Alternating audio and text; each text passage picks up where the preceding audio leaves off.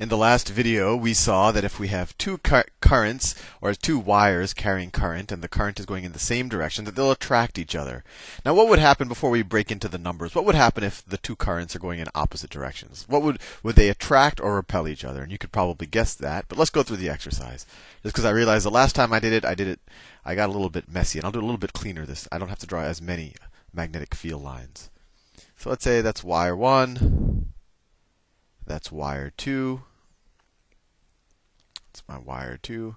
And let's make the currents go in opposite directions. So this is I1, and this is I2. So what would the magnetic field created by current 1 look like? Well, let's do our wraparound rule. Put our thumb in the direction of the current, and then the magnetic field will wrap around.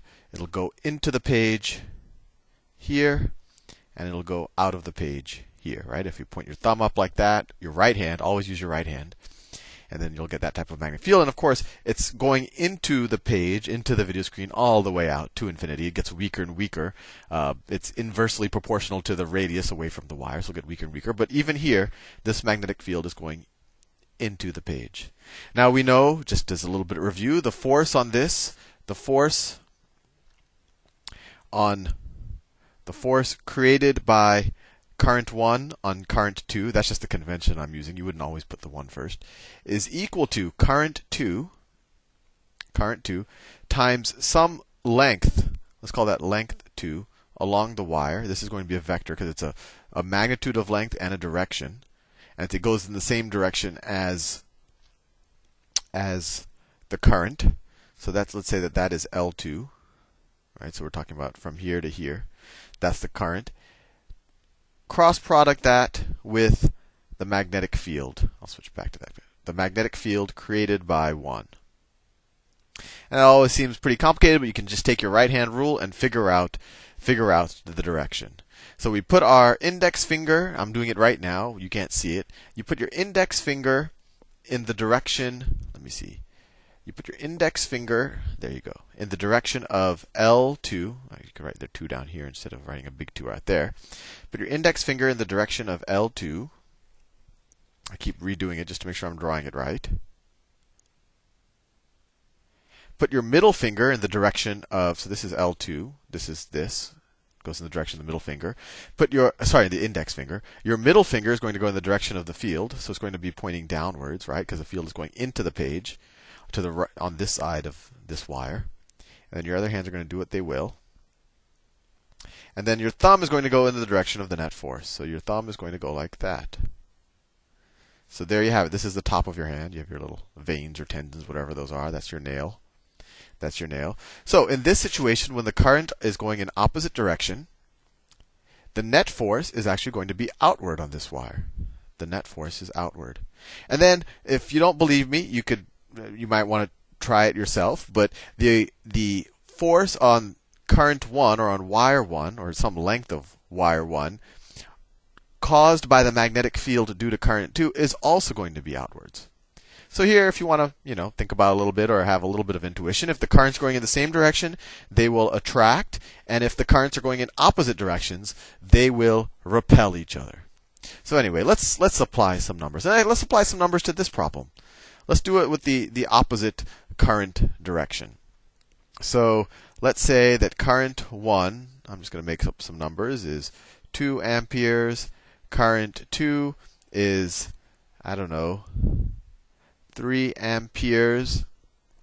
What else do we need to know? We need to know how far apart they are. So let's say that this distance right here is, let's say it's small. Let's try to get a respectable number. Let's say this is let's say that they're 1 millimeter apart. 1 millimeter, but we want everything in kind of our standard units so that all the units work out. So let's convert it to meters. So that equals 1 times 10 to the minus 3 meters. So they're pretty close apart.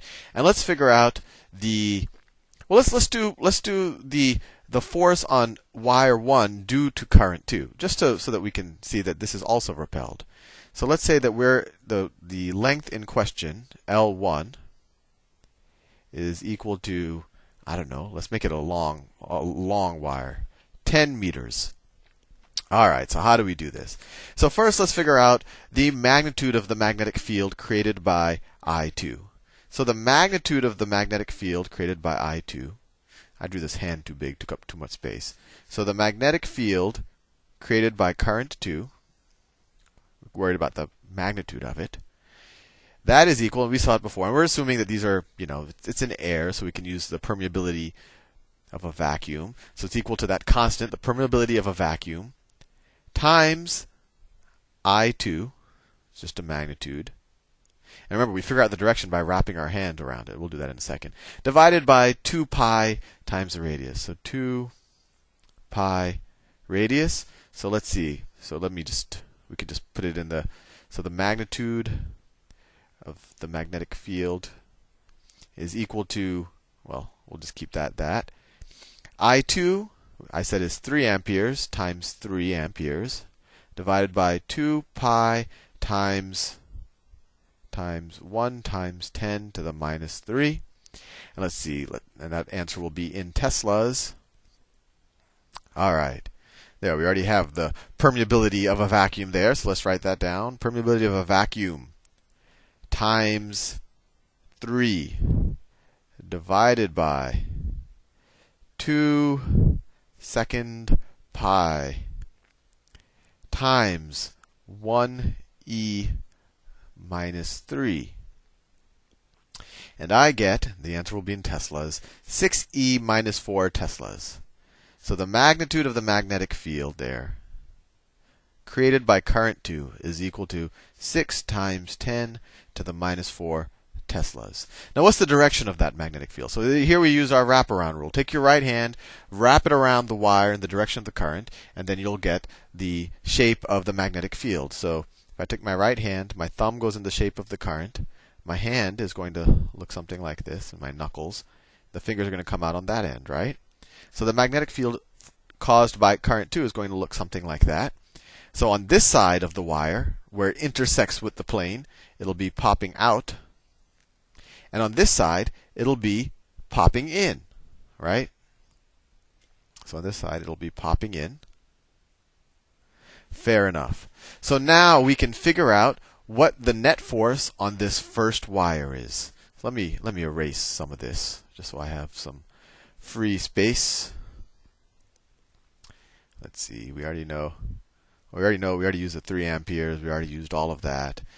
In fact. We just need to know that this magnetic field that's popping out of the page, we just need to know its magnitude. We actually could even get rid of this whole drawing, because now we just know that this has created a magnetic field, and now we just worry about the magnetic field in this wire. But anyway, I'll leave it there, just so we remember what the whole problem was.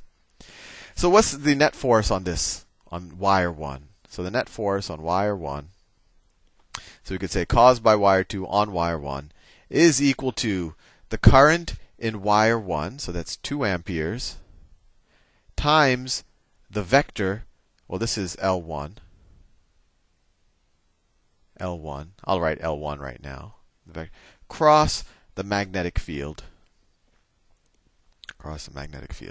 And really, we just worry about the magnitude, because the direction we can figure out with the right. Well, let's figure out the direction first of all. So L1 is going upwards, so that's the direction of our index finger. B is going into the page, right? This is B2. That's the magnetic field created by this wire. So it's going into the page. So if we use the right hand rule, what happens? My index finger is going in the direction of the current, in the direction of I1. My middle finger is pointed downward, so you can't see it's pointing into the page. And my other 2 fingers do what they need to do.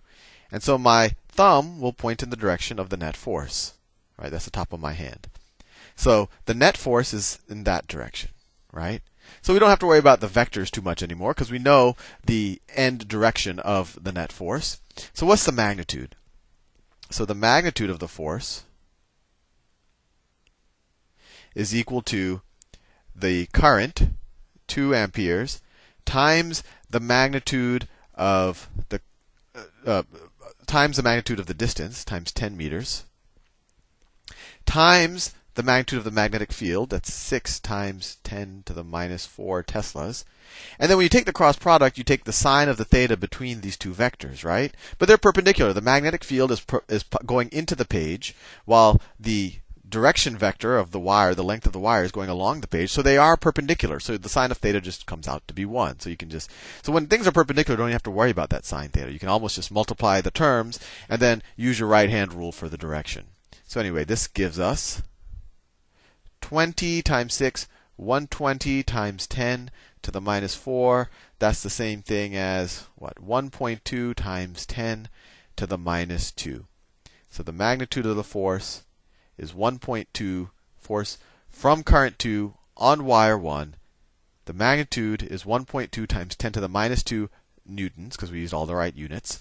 And the direction is outward. And so if we knew the mass of this, we would, you just divide the force by the mass, and you would know how fast it's accelerating at that moment outwards. Of course, as it gets further and further away, the magnetic field is going to get weaker, so the net force is going to get weaker, so it'll start accelerating at a slower and slower speed. At a slower and slower rate. But of course, you're still accelerating, so you are going to continue to move away faster and faster. Anyway, all out of time. See you in the next video.